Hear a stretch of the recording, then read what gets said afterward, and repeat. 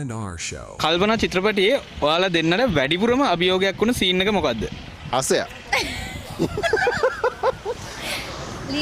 Linton නෙවෙයි. ඔව් Linton. කල්පිටියේ beach එකේ ෂූට් කරද්දී සින්දුවක් ෂූට් කරා. පෙරුදැස සිහිවිනා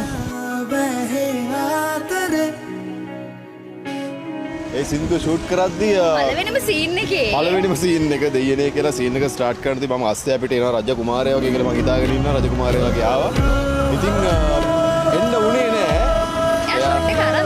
ෂොට් එක ගත්තා කොහොම හරි. අද මම මෙතන කතා නොකරන්න ඉඩ තිබුණා සමහර වෙලාවට.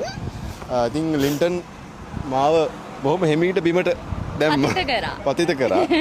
පතිත වෙච්ච පාර දවස් 2-3ක් වෙනකම්ම මගේ මේ පැත්ත ටික රිදුනා.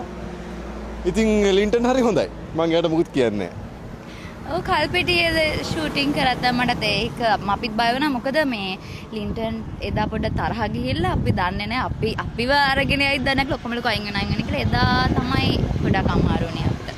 උදේ පාන්දර ගිහලා ලින්ටන්ට කතා කරපු එක තමයි ඒකට හේතුව. ඊට පස්සේ මාත් එක්ක මේ හවස් වෙද්දි මාත් එක්කන හොඳට හිටියා. මම එයාත් එක්ක ෆොටෝස් උත් ගත්තා. ඔයත් එක්ක ප්‍රශ්නයක් තියෙනවා.